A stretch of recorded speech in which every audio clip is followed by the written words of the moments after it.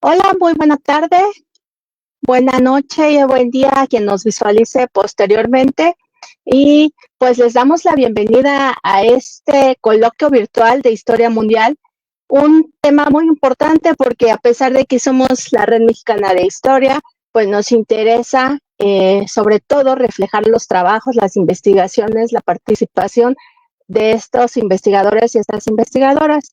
Y pues dentro de este programa es un coloquio virtual que nos hizo favor de presentar la idea el anterior presidente, el maestro Héctor Flores, y pues le agradecemos ya toda la parte operativa, pues ya nos organizamos y nos planteó la propuesta y pues aquí estamos en este coloquio y le decimos que estamos de manteles largos, sobre todo porque pues hace un mes que concluyeron nuestro aniversario, los trabajos para nuestro aniversario, el programa de nuestro aniversario. Asimismo, pues se diseñó este programa para ustedes con la finalidad de ser internacionales y nacionales como se han tratado ciertos temas.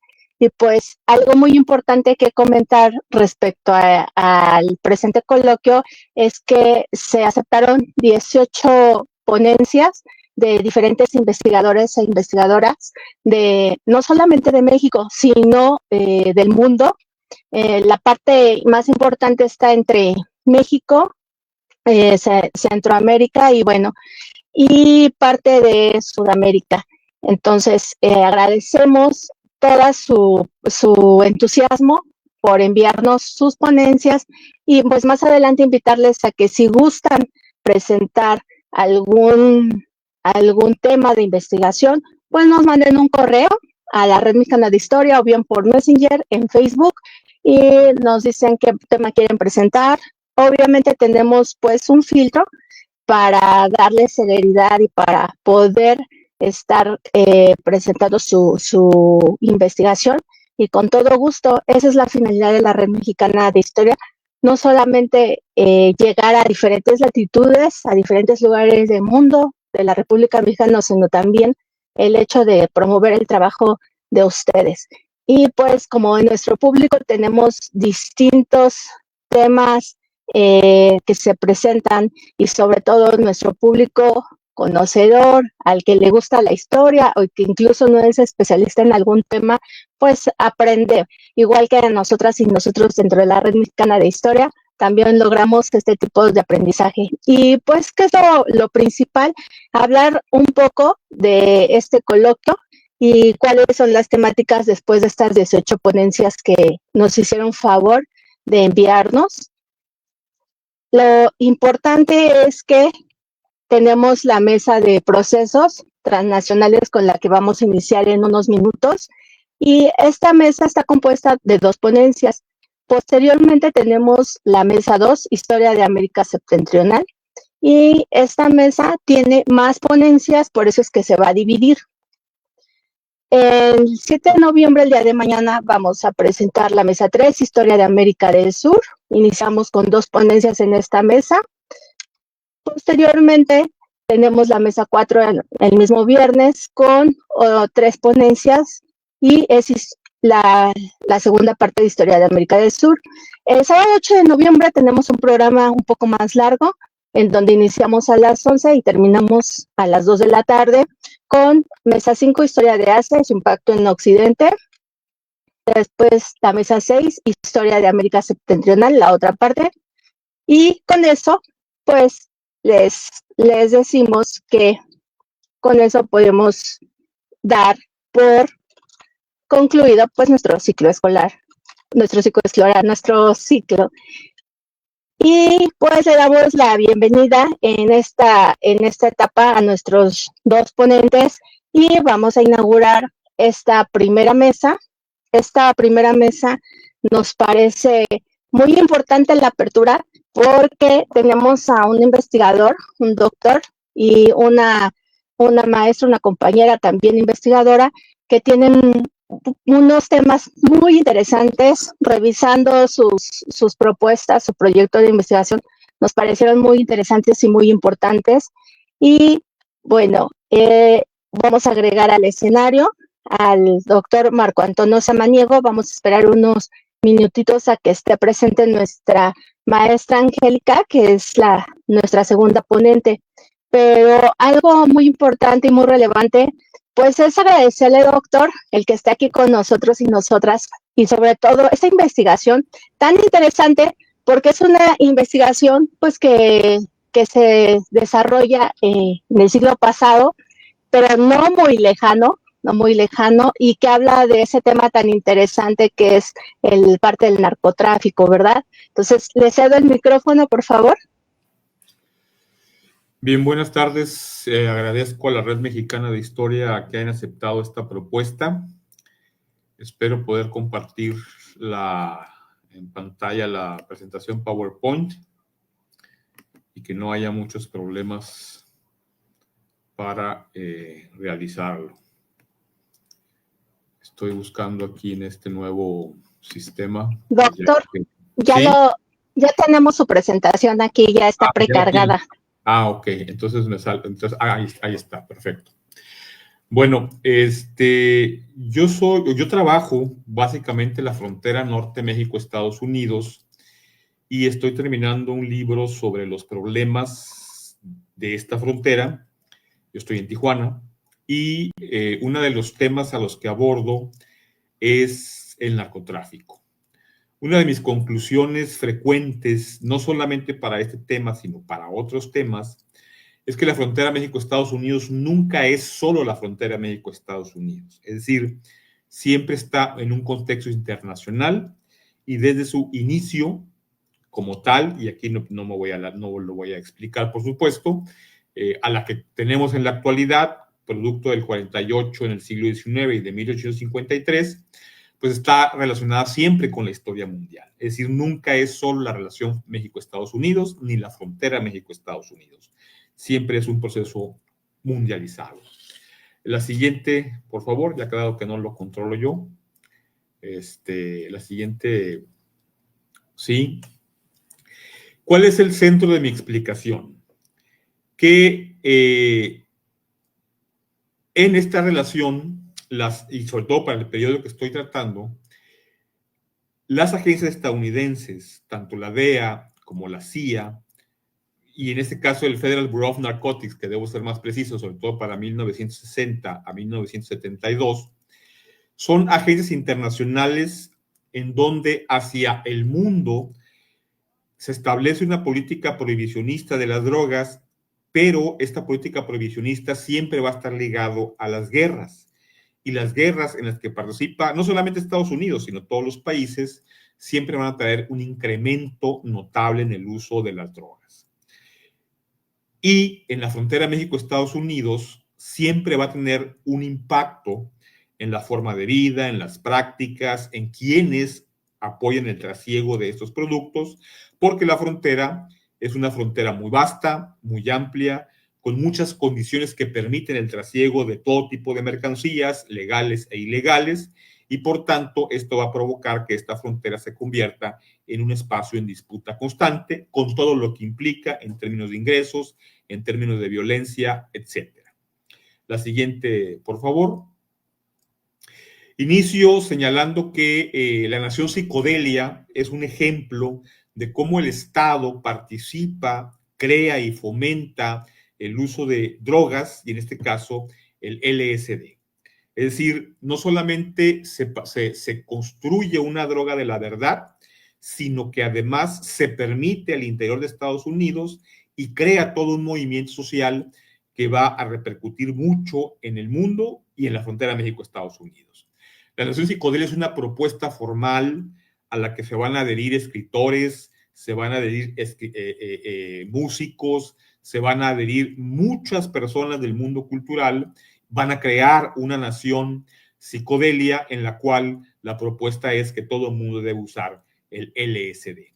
Grupos musicales, evidentemente el movimiento hippie, van a ser vistos ante esta y con esta droga como una posibilidad de crear a una nueva humanidad, y como tal lo van a proponer, repito, autores, cantantes, promotores de la relación México-Estados Unidos, dado que algunos productos también van a ser promovidos e incluso va a haber intentos de formar colonias con esta nación psicodelia en territorio mexicano, sobre todo en ciertos lugares de Morelia, de Morelos y de las costas de Guerrero. Es decir, la nación psicodelia es una forma de vida utilizando siempre y promoviendo el LSD. Sin embargo, este producto va a empezar a ser cancelado como su uso, a pesar de que es el Estado, en este caso Estados Unidos, el que lo promueve, lo inicia como una supuesta droga de la verdad, pero que termina creando un movimiento que todos ubicamos, o creo que muchos ubicamos, como el movimiento hippie. La siguiente, por favor. Esto evidentemente está en un contexto de guerra. La más importante, hay varias guerras que se van a desarrollar, pero solamente menciono la de Vietnam, que tiene implicaciones muy fuertes hacia el interior de Estados Unidos y que por supuesto va a impactar al mundo por la gravedad, por la fuerza de las escenas y donde el uso de las drogas, el uso de la cocaína, el uso sobre todo de la heroína, van a convertirse en la respuesta de los soldados ante el dolor, ante el sufrimiento y ante lo que ellos mismos están realizando en un escenario como Vietnam. Tiene implicaciones tanto en el mundo como implicaciones al interior de Estados Unidos. Sobre todo por el caso de la heroína. La siguiente, por favor, que implica bueno, aquí haría solamente la breve mención de que ante el hecho de la difusión del LSD y de drogas más fuertes como los barbitúricos y otras más que sería muy largo mencionar, bueno, la marihuana se considera como una alternativa menor, como algo que puede ser a final de cuentas una solución, dado el impacto que está teniendo el LSD, conocido como ácido para los Estados Unidos. El movimiento hippie pues va a tener repercusiones también en buena parte de México y claro, los movimientos impactaron la música, sobre todo eventos como el de Woodstock y en México Avándaro, pero que aquí no analizo, simplemente los comento. La siguiente, por favor. Sí. Drogas como la heroína, drogas como los opiáceos van a estar en relación directa con la DEA, con la CIA y con el Federal Bureau of Narcotics, que van a ser los grandes alentadores del comercio entre Turquía y Francia. La famosa conexión francesa, que incluso se hizo película, tiene como trasfondo real, como motivo real, la conexión francesa para atraer a los Estados Unidos, sobre todo la heroína y los opiáceos, hacia los Estados Unidos a partir de Francia. Hay toda una explicación larguísima de cómo tanto la CIA como el FBI van a intervenir para que este producto llegue a los consumidores que están regresando de la guerra, que están utilizándolo como parte de su consumo y que lejos de ser digamos, algo que esté prohibido, ¿sí? Está reconocido por estas agencias internacionales como algo que tiene que ingresar a los Estados Unidos para poder mantener a los soldados que están regresando en condiciones para poder soportar el regreso de la guerra. La CIA tiene un papel negociador muy importante en territorio francés y en territorio turco. Finalmente van a lograr que esta conexión, que fue muy importante en toda la década de los 60, se limite, pero ya los efectos habían sido devastadores para la población estadounidense y para los soldados que habían regresado de Vietnam. La siguiente, por favor. Richard Nixon, no fue Felipe Calderón, fue Richard Nixon el que declara la guerra contra las drogas en 1972, hace un conjunto de medidas, una de ellas cambiar el Federal Bureau of Narcotics para que surja lo que actualmente conocemos como la DEA y que ya tiene pues más de medio siglo en esta guerra contra las drogas. El término guerra contra las drogas no nace con Richard Nixon, se ha utilizado prácticamente desde la presidencia de Harry Truman, solamente que aquí se expone como un asunto de política y como un asunto hacia el interior de los partidos políticos, y en este caso como una plataforma del Partido Republicano. Richard Nixon inicia esta guerra y Por eso muchos de los libros que se van a publicar en la década de los 80 y en la década de los 90, cuando ya se conoce la información, buena parte de la que he hablado se conoce hasta los 80 y los 90, esa información se conoce porque muchos o varios de los participantes empiezan a publicar libros y empiezan a dejar los testimonios de lo que vieron como agentes del Federal Bureau of Narcotics o ya para ese momento también de la propia DEA. Es pues una guerra contra las drogas que tiene muchas implicaciones en el mundo. La siguiente, por favor. Se crean desde los Estados Unidos estas ideas de los triángulos dorados. El triángulo dorado no es solamente en México, se utilizó desde décadas anteriores para otros lugares, pero sin duda en este triángulo dorado que conocemos en México, entre Chihuahua, Durango y Sinaloa, donde surgen los grandes capos que conocemos en la actualidad, bueno, es una zona serrana donde siempre se ha dado la amapola, donde la amapola es un producto muy utilizado para diversas prácticas y no necesariamente solo como droga. Sin duda, en décadas anteriores, sobre todo durante la Segunda Guerra Mundial, hubo el ingreso de la mafia italiana en estas zonas que construyeron y reconstruyeron redes para elaborar a partir de la amapola diferentes drogas, sobre todo la heroína, que es tan importante para la guerra. También la marihuana tendrá importancia en ese momento, pero aquí para las décadas que hablamos, ese triángulo dorado agarra importancia, no porque sea nuevo, simplemente porque se le va a poner un nombre que se le ha puesto a otras zonas en el mundo. La siguiente, por favor.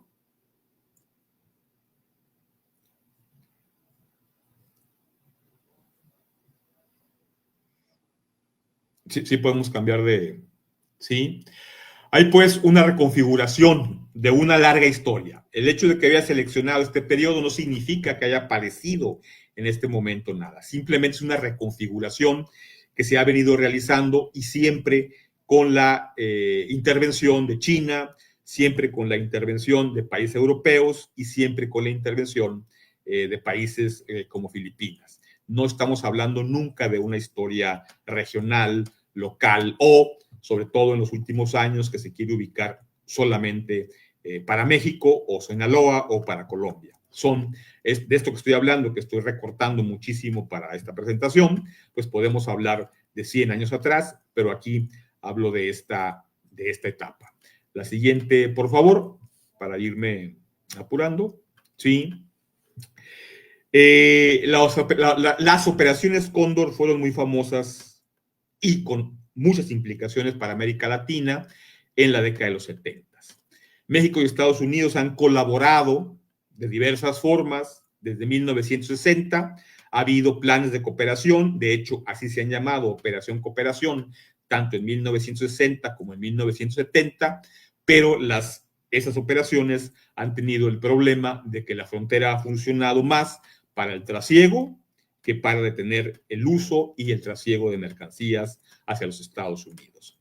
La diferencia de la Operación Cóndor en América Latina a la diferencia de la Operación Cóndor sustentada, sobre todo para el Triángulo Dorado mexicano y sobre todo para Sinaloa, bueno, es que va a haber un ingreso abierto, claro, definitivo, sin tapujos de la DEA, como lo hubo antes del del Federal Bureau of Narcotics, en territorio de México, participando en las labores de detección, quema e inclusive bombardeo de zonas en la Sierra de Sinaloa, prácticamente con las mismas características de que se hicieron en la guerra de Vietnam.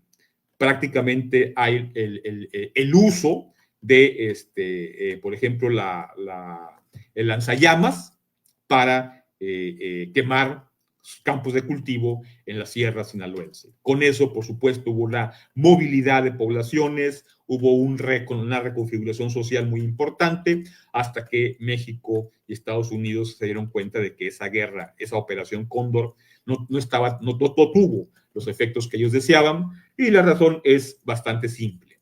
El gran mercado estadounidense seguía ahí y ahora solamente logró reconfigurar el espacio y los grupos sinaloenses se van a mover hacia Guadalajara obviamente el nombre que en la actualidad le suena por alguna razón, y se van hacia Guadalajara los que se van a encargar en los años siguientes de convertirse en los principales agentes de la droga en México. Y cuando digo el término, lo digo, bueno, porque estos nunca dejaron de tener relaciones y conocimiento por parte de las agencias estadounidenses, sobre todo en este caso ya para este momento la DEA. La siguiente, por favor.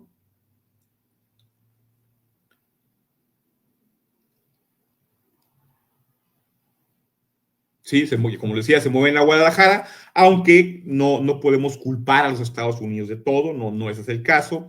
En México, sobre todo en el noreste, se está desarrollando un grupo muy importante. Juan Nepomuceno Guerra ha desarrollado desde prácticamente la década de los 20 toda una enorme capacidad de trasiego de mercancías, de contrabando, no solamente de drogas, sino de alcohol en algún momento, de diversos productos, de conexiones y relaciones.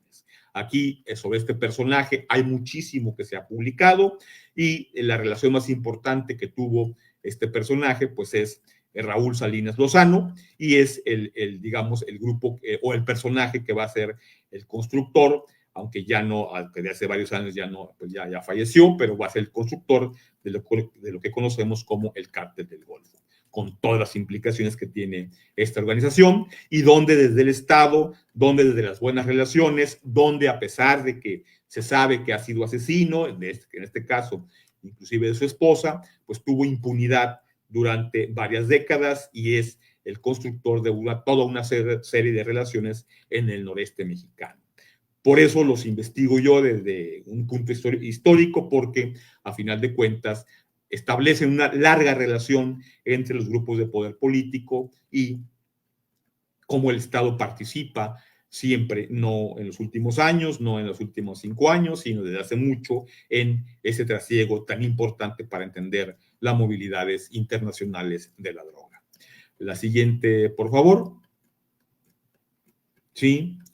Esta producción mundial va a generar que estos hombres desde la década de los 70, mexicanos, en el noreste mexicano, en Sinaloa, en Chihuahua, se inserten en el mercado mundial de las drogas, estén en relación directa con grupos colombianos, estén en relación directa desde entonces con Europa, y por eso se vuelvan varios personajes a través de la aviación, a través del mar, personajes que se vuelven icónicos desde hace muchos años. No es con El Señor de los Cielos, con Amado Carrillo, cuando empieza el trasiego aéreo. Realmente empieza prácticamente desde la década de los 30 y ese trasiego va a llevar a que en el mundo, ¿sí? Y en este caso aquí pongo los países que están en el Triángulo Dorado, como Myanmar, Laos y Camboya, que digamos sería el mayor productor de drogas en el mundo, van a competir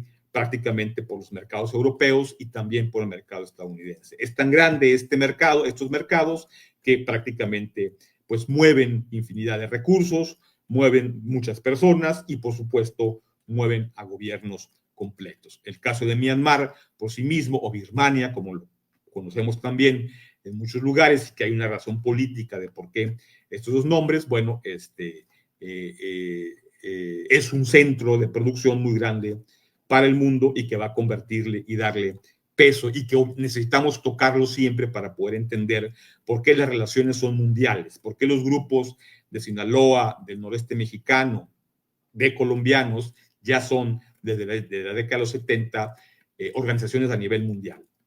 Las series televisivas nos los han ubicado en décadas posteriores, pero estas redes están ya desde la década de los 60 y 70. Pedro Avilés sería un mexicano que desde la década de los 60 y 70 tiene perfectamente conexiones con el Federal Bureau of Narcotics y con la DEA, y está vinculado a nivel internacional a través de los medios más efectivos, como es el avión.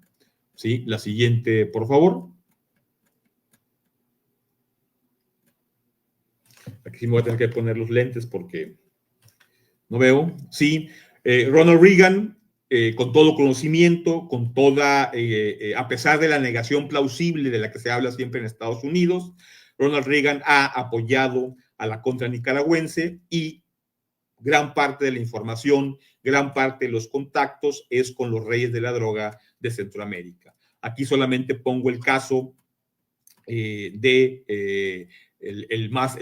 nicaragüense más conocido, se me va ahorita el nombre, aquí lo tengo, pero no lo hallo. Norwin Meneses, que se mueve perfectamente en territorio estadounidense, es informante de los Estados Unidos y él mueve en territorio estadounidense solamente $45 millones en un solo año, en 1981. Eso es solamente un botón para muestra, y hay ejemplos en Florida, hay ejemplos en Nueva York, hay ejemplos en Los Ángeles, en donde los principales actores de entidades, en este caso de Centroamérica, están perfectamente conectados con la DEA, para este caso ya con la DEA, y que están negociando el uso de la droga y el trasiego de la droga hacia los Estados Unidos, con perfecto conocimiento de la organización que aparentemente lo combate. Ronald Reagan siempre negó conocer esta información, aunque apoyan a la contra nicaragüense, porque se está luchando contra el comunismo. Esta lucha contra el comunismo será la que justifique hacia el interior de los gobiernos que se dé esta participación, porque se va a dar ese dinero para la contra nicaragüense. En este caso, sobre todo el personaje más conocido, que será Eden Pastora. La siguiente, por favor. Sí, ante eso, bueno, pues productos como la marihuana era vista como la solución al regreso de los soldados. Jimmy Carter incluso asegura que la va a permitir en su campaña, no se permite. Sin embargo, el caso de la marihuana, que es un producto, digamos, muy utilizado en las ciudades fronterizas, que tiene mucho trasiego hacia los Estados Unidos, tiene esta bondad observada por muchos políticos, por la propia DEA, por las agencias mexicanas, de que a final de cuentas es solo marihuana, ¿sí? Al grado de que el propio presidente de los Estados Unidos, Jimmy Carter, llega a plantear que es preferible el uso de la marihuana a otras drogas que ya están en el mercado estadounidense, y fundamentalmente me refiero a la cocaína, que ya está llegando de Colombia y de Perú.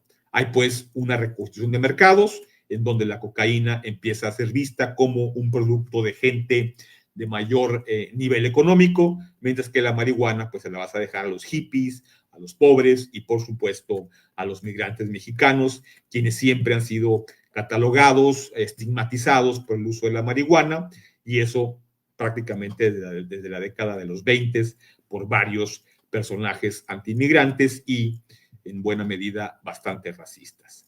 La siguiente, por favor. Y bueno, se me olvidó decir, aquí lo comento, el LSD se prohibió en los Estados Unidos, primero en California. California en muchas cosas es anterior en términos de prohibición. California la prohíbe en 1966, pero eso no evitó que muchos grupos, como los Beatles, por ejemplo, promovieran el uso del LSD y fuera un producto observado culturalmente como parte de la famosa contracultura estadounidense dirigida por el movimiento hippie, que pues prácticamente va a perder, digamos, fuerza hasta la década de los 80.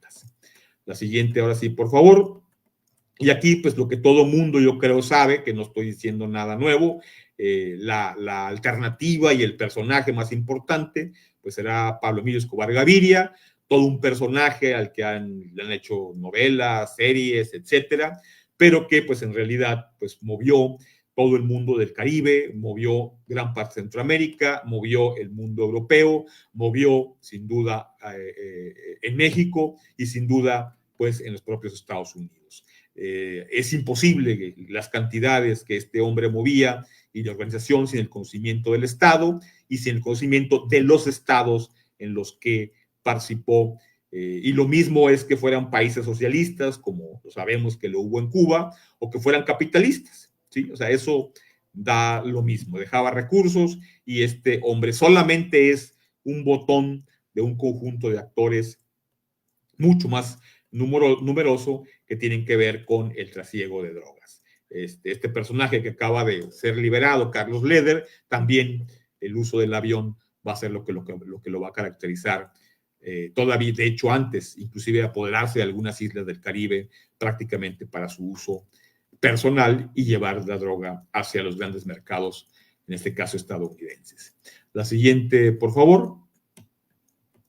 En estas relaciones, Colombia, el Caribe, México, la frontera pues es muy importante, es muy debatida, es parte fundamental y es todo un mercado que rebasa siempre a lo nacional, que rebasa siempre lo fronterizo. La siguiente, por favor, y que pues podemos pasarnos muchas horas discutiendo sobre de quién es la culpa, pero pues a nivel internacional el escándalo de Irán Contras nos muestra cómo el recurso y el negocio y el mundo de la década de los 80 con la guerra entre Irán e Irak fue el gran punto de mover recursos para pagar, para financiar la contra nicaragüense, para detener el gobierno del todavía presidente, aunque claro, hay un periodo intermedio con Ortega, que en algunos momentos también ha sido vinculado a estos grandes grupos de movilización de drogas en América y de América para el mundo, y también en el mundo europeo, donde también pues, hay mucho que decir, ¿no? La siguiente, por favor, porque ya estamos cerca del tiempo. Y lo que va a convertir a México en un centro de atención, bueno, como supongo que mucha gente sabe, es el asesinato de Kiki Camarena, donde se hace evidentemente una gran movilización y sirve para estigmatizar a México. Es real, no es una invención, es real, hay muchas versiones sobre el tema. Sin embargo, como se ha demostrado en años posteriores, prácticamente hasta el 2013, pues estuvieron involucrados agentes de la DEA que conocieron el caso y que saben que hubo intervención por parte de la DEA en el asesinato de Kiki Camarena y que no es solamente los mexicanos. Esto no exculpa, por supuesto, la gran actividad, el gran comercio, las grandes verdades que se han dicho sobre los grupos que participaron en este movimiento y sobre todo los más famosos o el más famoso, como lo es Rafael Caro Quintero, que sin duda pues ha llenado muchas series televisivas, pero también hay que verlas más allá de la información que te dan, donde también hay muchas exageraciones, sino como parte de un problema mundial del incremento del uso de drogas, donde también México participa y donde ya los mercados internacionales sobrepasan los intereses y las intenciones de los gobiernos nacionales, pero no en el siglo XX, no solamente en las décadas que puse, sino prácticamente desde las primeras décadas del siglo XIX. Es decir, estoy hablando de un problema internacional de larga duración, en donde señalar culpables o personajes específicos, pues se vuelve muy complejo. Aquí la pregunta es, ¿por qué a pesar de tanta guerra, a pesar de tanto muerto, a pesar de tantos eventos, sigue habiendo este gran mercado internacional y sigue habiendo tanto usuario? Y ahí pues hay muchas respuestas que tenemos que darle a la sociedad, los que nos interesa explicar la historia y que pensamos que los eventos del pasado nunca se quedan en el pasado, sino que siempre están regresando y regresando de diferente forma y bajo diferentes interpretaciones y bajo diferentes usos, tanto en este caso de drogas como de la historia misma. Y supongo que ya me están diciendo que ya. Muchísimas gracias por escucharme. Pues muchas gracias, doctor. De hecho, aquí iniciamos al revés porque tuvimos unas situaciones de conexión. Agradecemos mucho el que nos pueda brindar este tema. Y bueno, pues ahorita en esta inauguración, que la inauguración fue puntual y nos adelantamos porque la inauguración duró muy poquito, fueron 5 minutos, pero sí queremos comentarles que pues tenemos con nosotros también al maestro Omar Cruz, nuestro subdelegado de Querétaro. Sea bienvenido, maestro Omar Cruz. Y pues es nuestro subdelegado, pero también el doctor Marco Antonio, le debemos su presentación, su semblanza. Entonces, maestro Omar, ¿ya la tienes ahí la semblanza? Sí, aquí la tengo. Sí, nos hace favor de leerla, por favor, gracias.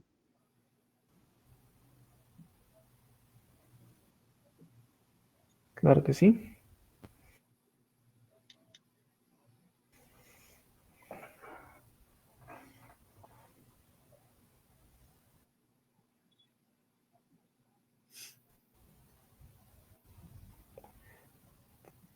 Se...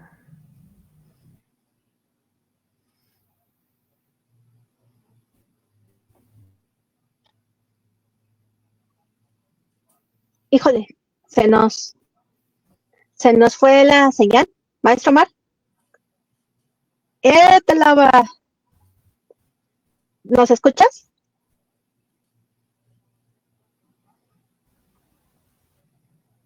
Parece que se le fue la señal. Bueno, me voy a permitir leer la semblanza porque se nos acaba de desconectar. Esto pasa pues en las situaciones, las vicisitudes en vivo. El doctor Marco Antonio Samaniego López es maestro y doctor en Historia por el Colegio de México. Su tesis doctoral, Los ríos internacionales entre México y Estados Unidos, fue galardonada como la mejor tesis en el año 2004. Ha publicado más de 60 artículos y capítulos de libros en revistas nacionales y extranjeras. Entre sus libros se encuentran Los gobiernos civiles en Baja California, 1920-1923.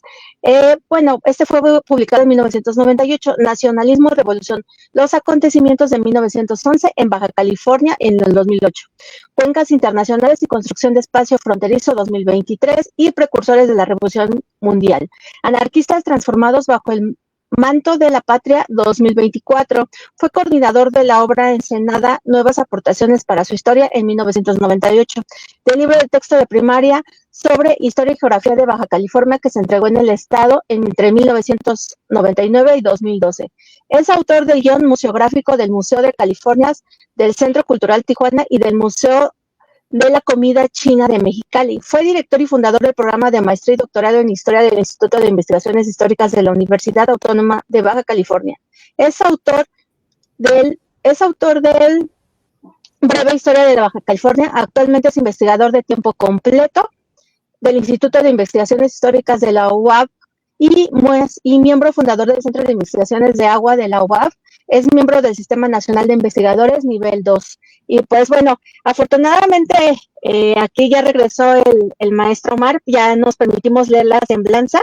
Y pues muchas gracias, doctor Marco Antonio, por este exquisito tema, muy interesante, muy polémico, porque nos habla de una trayectoria de una investigación entre pues estos países. Bien lo dice su temática de ponencia. Entonces, las preguntas las vamos a dejar al final. Vamos a darle la palabra a la maestra Angie. No se nos vaya, lo voy a quitar del escenario, pero sigue aquí con nosotros y nosotras. Entonces, agregamos a la maestra Angie. Y bueno, maestra Angie, sea bienvenida, ya la tenemos aquí. Nada más no se visualiza su cámara, pero sí la escuchamos. Entonces, maestro Marco Antonio, no se nos vaya, por favor. Ok, maestra Angie ya está con nosotros y pues el maestro Omar, si nos puede dar el título de la ponencia de la maestra Angie, en lo que le agrego.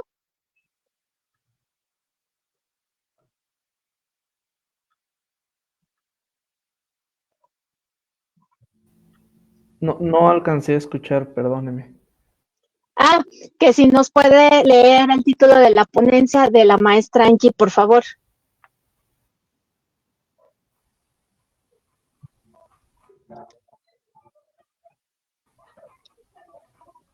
Ahí está en la pantalla. Si gusta la leo. Sí, es que tiene unos problemitas de conexión el maestro Omar de Querétaro. De acuerdo. Bueno, mi nombre es Angie Alquicira Salazar. Disculpa.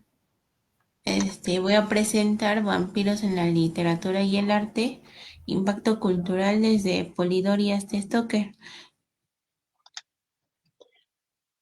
De acuerdo, maestra Angie, permítame, porque creo que el maestro Omar no nos está escuchando. Entonces, la vamos a dejar con su presentación.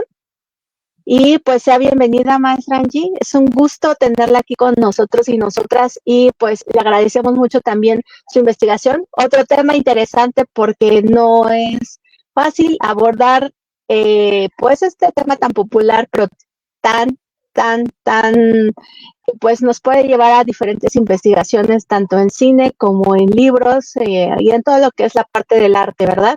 Entonces la dejamos y comienza el tiempo. Muchas gracias. Bueno, aquí tenemos una frase célebre que dice: el vampiro es el espejo de nuestras pasiones prohibidas y temores ocultos, una metáfora de lo que la humanidad no se atreve a mirar directamente. Habiendo dicho esta cita, pues comienzo aquí describiendo a la figura del vampiro, tanto de manera literaria como artística. Entonces, pues el vampiro en la historia mundial pues surgió en Europa durante el siglo XIX y pues surge también como un arquetipo entre la fascinación que se tiene por la muerte y la inmortalidad. También representa algunos deseos reprimidos, la parte erótica, la crítica y la moral de la era victoriana allá en Europa, y pues se explica desde la literatura y el arte. Entonces aquí, como mencionaba, pues tiene su origen en Europa. Entonces vamos a ver un poco de su contexto cultural y social. Pues en el siglo XIX se tiene un auge científico, ¿no? Hay tensiones religiosas, la parte de la revolución industrial hace que surjan los imaginarios góticos. Esto hace que pues lo sobrenatural se exprese el miedo, y también pues la parte de la modernidad y la pérdida espiritual. Por ejemplo, en la imagen del fondo resalta cómo las personas perciben toda esta parte oscura, como se conoce actualmente, y de dónde surgió pues la parte artística que se llama hoy estilo gótico. Después de esta parte de la revolución industrial en Europa del siglo XIX viene la posrevolución industrial, ¿no? Aquí, pues tenemos que en Inglaterra, pues los vampiros inspiraron los relatos sombríos surgiendo de esta parte gótica. Entonces tiene que una decadencia moral y la desigualdad social, y estos elementos hacen que pues se cultive más, que los monstruos literarios surjan para demostrar una parte oculta de la sociedad. De ahí que surja el vampiro aristocrático, que tiene mucho dinero y hace pues prácticamente lo que quiere. El primero de estos vampiros, la descripción se llama Lord Ruthven, que pues representa John Polidori, autor de El vampiro, y hace que sea un símbolo de corrupción noble. También refleja pues el deseo, el poder mortal, y sabemos que los vampiros son inmortales. Entonces esto hace que se refleje toda la parte de la tensión social entre las clases. Sabemos que en la época victoriana estaba mucho el clasicismo también, y la parte moral, lo que es correcto y lo que es incorrecto. De aquí que también pues se influencie este autor Polidori sobre el romanticismo de Lord Byron, lo sublime y lo oscuro. Esto quiere decir que pues se exalta la belleza, lo macabro y lo sublime. Entonces, pues esto transforma al vampiro en una figura melancólica, por decirlo de alguna forma. Existe una seducción y porque se supone que todos los vampiros tienen que ser guapos, o las vampiresas tienen que ser hermosas, y todo esto hace que pues físicamente y estéticamente reflejen el poder que el legado vampiro tiene. De todo esto anterior, pues surge que en Irlanda y el Imperio Británico surge esta parte de Drácula, que es pues el vampiro más famoso que conocemos.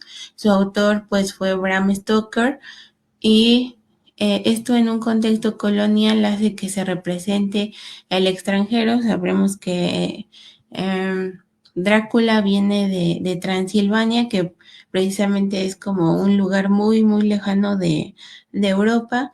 Entonces él llega a Inglaterra, al Reino Unido, para para reflejarse como una amenaza de lo que impacta en Bretaña, ¿no? Esto hace que pues empiecen a reflejar los temores victorianos frente a la alteridad cultural.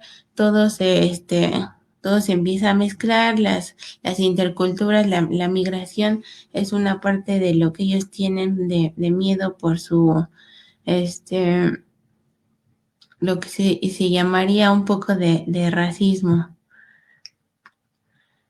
Entonces de ahí que Drácula pues se convierta en un elemento, en un concepto de miedo invasor y el contagio moral, porque él viene a sacar como de lugar todo lo que se conocía en ese entonces, y pues empieza a reflejar un prejuicio, lo que sexualmente se tiene reprimido, y pues esto hace que surja la ansiedad dentro de la nación, porque pues son elementos de los que ellos pues se jactan de no tener.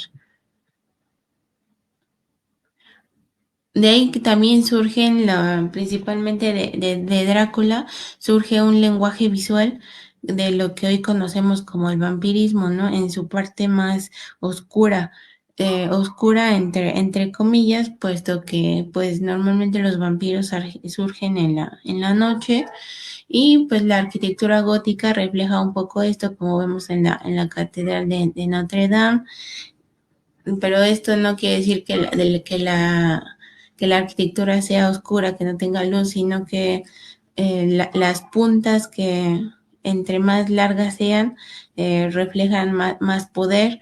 De ahí viene la parte de la sombra, la niebla y los símbolos religiosos principalmente, que influyeron pues en el arte cinematográfico que hoy conocemos, y la parte de cómo se representa artísticamente la figura del vampiro. De todo esto de los 1800, pues ya llegamos a 1922 con la figura de Nosferatu de Murnau, y de aquí que se haya redefinido el mito del vampírico, el mito de los vampiros, perdón, desde el expresionismo, donde pues ellos ya no son una figura guapa, ya no son una figura estéticamente eh, hermosa en lo visual. Entonces hace que ya se tenga un cuerpo enorme. La luz y las sombras pues reflejan prácticamente cómo se vería una persona muerta.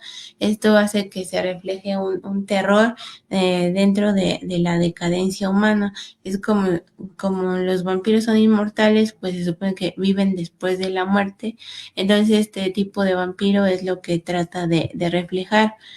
Al contrario de lo que tenemos ahorita en la actualidad, donde ya los vampiros, pues en lugar de ser monstruos, retoman un poco de lo de la era victoriana, pero además se romantiza, porque ya durante el siglo XX y el XXI, el vampiro pues ya muta, y se empieza a mezclar más con la vida humana, lo que hace que en lugar de que ya sea un monstruo, se convierta en una figura maligna, pero que proviene desde la tragedia. Por ejemplo, en la imagen de la izquierda vemos las dos películas, la entrevista con el vampiro, que es de los años 90, y pues Crepúsculo, que es prácticamente de este siglo, que es la figura que se conoce actualmente, donde ya la dimensión emocional y moral pues ya como que ya invadieron al vampiro y lo hacen más humanizado.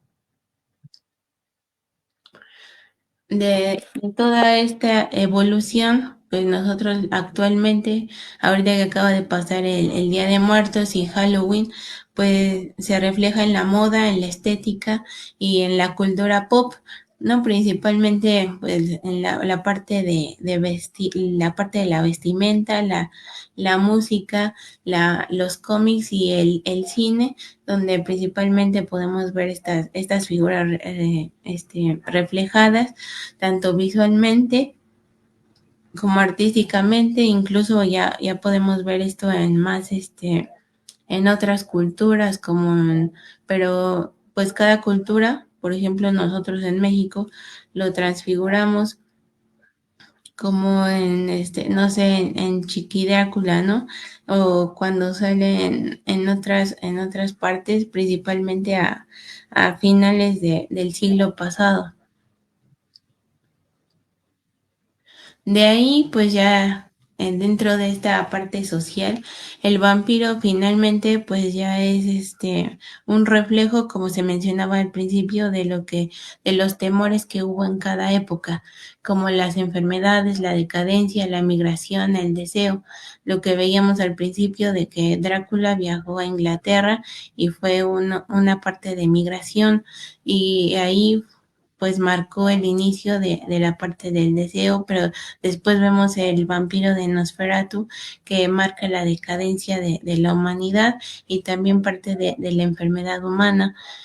Entonces todo esto se refleja dentro de nuestra mente, y pues tenemos ahorita varias concepciones en nuestra mente, tanto de este lado de Latinoamérica, en Europa, en Asia. Cada cultura refleja esta evolución del vampiro de diferente manera. Sabemos que todo mito surge a partir de una realidad, y es lo que se trata de reflejar aquí.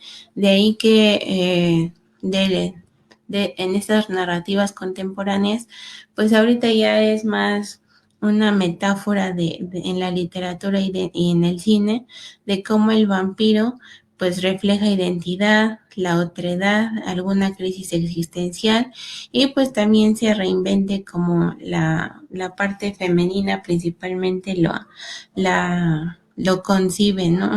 Una imagen de poder, pero que además pues eh, tiene mucha consideración de ella. Y también pues en la parte tecnológica, como ellos son seres mitológicos, puede haber un concepto de magia que no se concibe en la tecnología, pero además utilizan la tecnología para seguir conservando su poder. Esta es una parte de la bibliografía más importante consultada para poder realizar esta presentación. Y bueno, eso sería todo de mi parte. Les agradezco mucho su atención.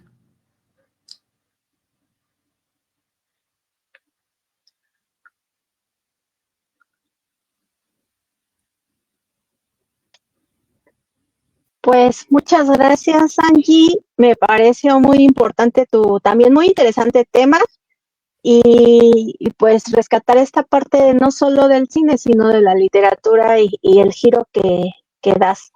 Y bueno, pues nos vamos a ir a la ronda de preguntas y respuestas, no sin antes presentar tu semblanza, por favor, maestro Omar.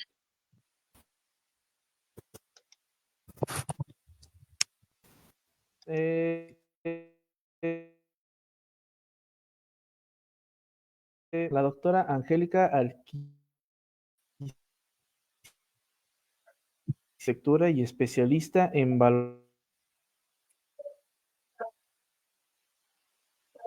diseñadora Está digital por parte de la cortando. Universidad del Valle de México. Autora,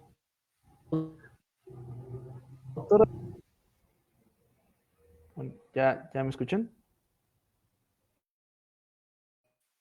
Bueno, yo no he escuchado, pero no.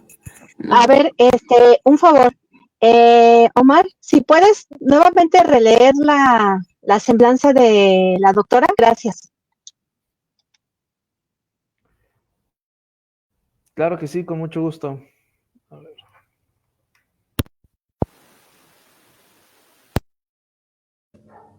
Y me llamo Angie, no Angélica.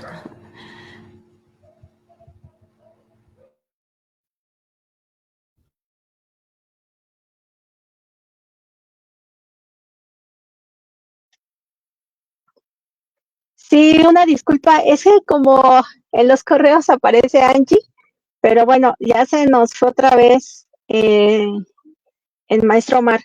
No hay problema. Bueno, voy a leer la semblanza, me va a permitir.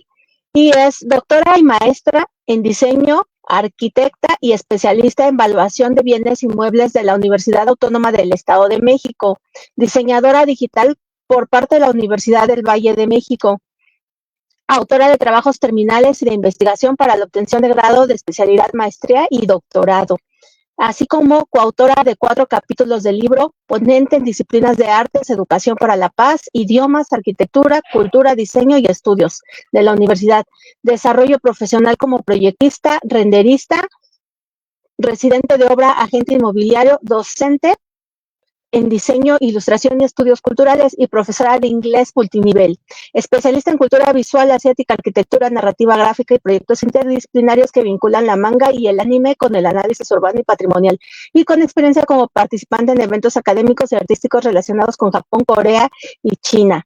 Bueno, pues también vamos a agregar al doctor Marco Antonio. Y ahora sí estamos. Una disculpa pues ustedes saben que en estos eventos en vivo y pues el clima y las vicisitudes que se puedan presentar, se nos fue el maestro Omar de Querétaro, pero pues aquí seguimos. Mi nombre es Michelle Domínguez, su servidora, afortunadamente, bueno, tengo la fortuna de ser la presidenta de la Red Mexicana de Historia y pues estar con ustedes en esta primera mesa. Y vamos a ir a los comentarios con respecto, vamos a ver, bueno, dice, a ver si ya está Omar nuevamente con nosotras y nosotros. Y bueno, tenemos un comentario, Fernando González Hernández, buenas noches, saludos desde la Ciudad de México. Ahora sí ya tenemos, maestro Omar, ya te escuchamos. Siguiente, si maestro Omar, ¿nos los puedes leer, por favor? Sí, perdón, una disculpa. Mi computadora murió, literalmente explotó.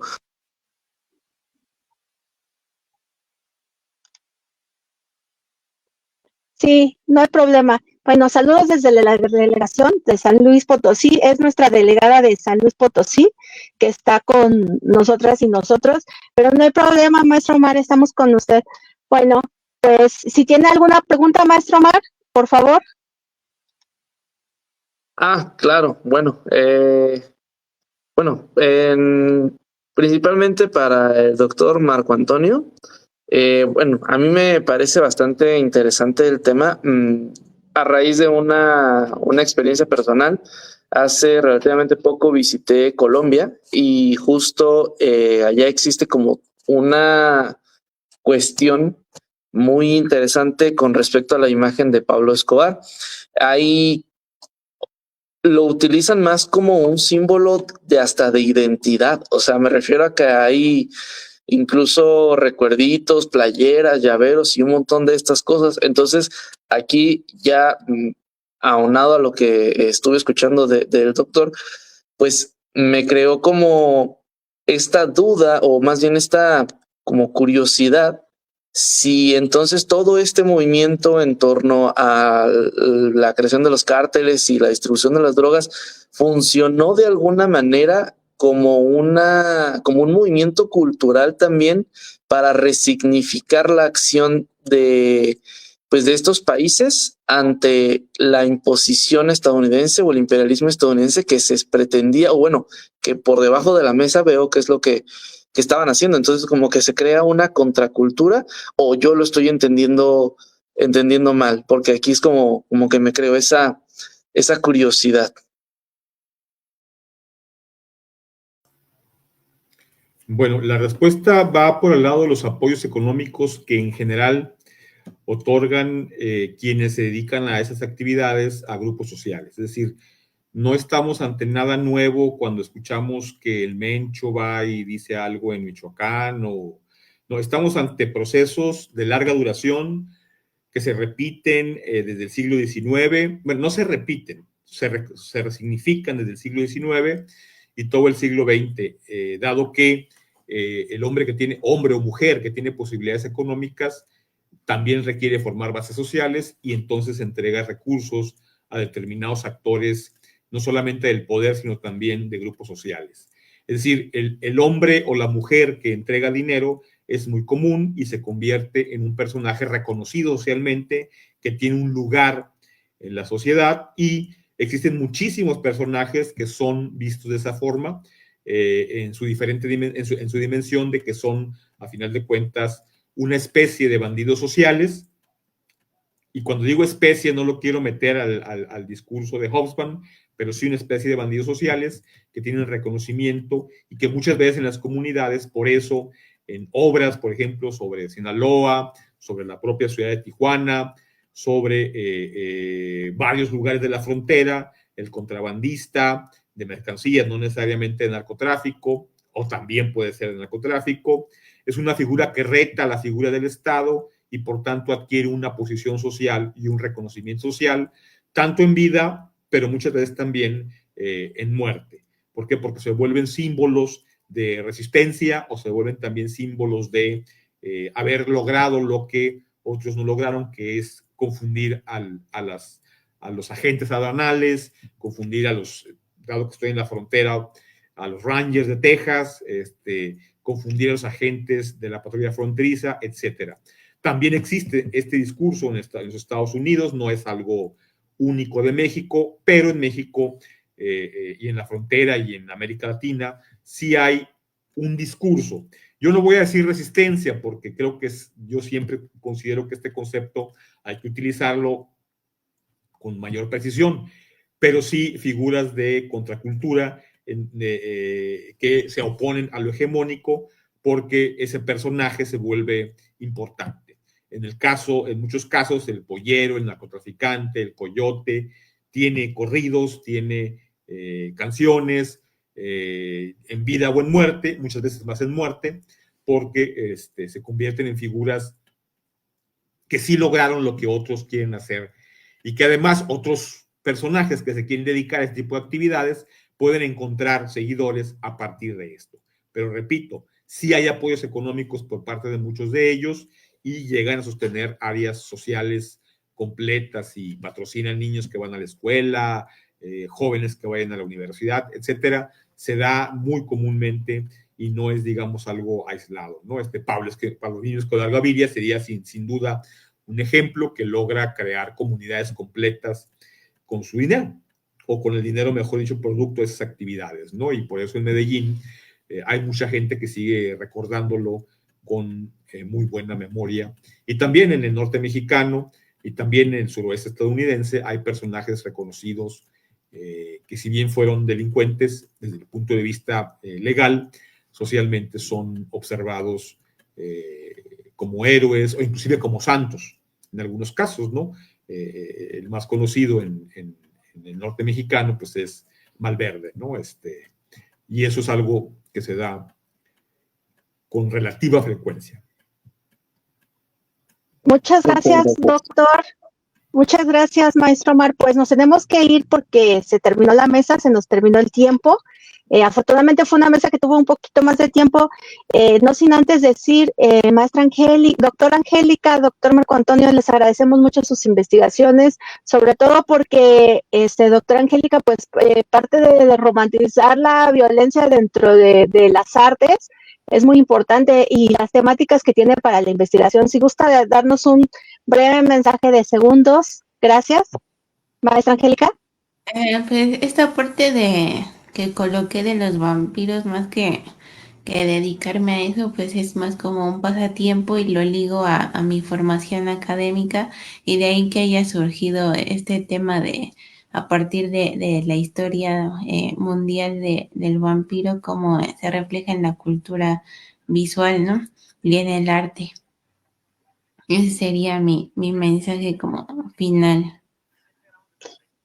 Pues les agradecemos mucho, los esperamos el siguiente año en el coloquio. No dejen de investigar, no dejen de historiar la historia, de hacer este trabajo tan importante para ustedes. Y pues seguimos en la mesa 2, maestro Omar, doctor Marco Antonio, doctora Angélica y su servidora Michelle. Nos despedimos, hasta pronto, buena tarde, y seguimos con la mesa 2, Historia de América Septentrional. Hasta pronto. Hasta luego.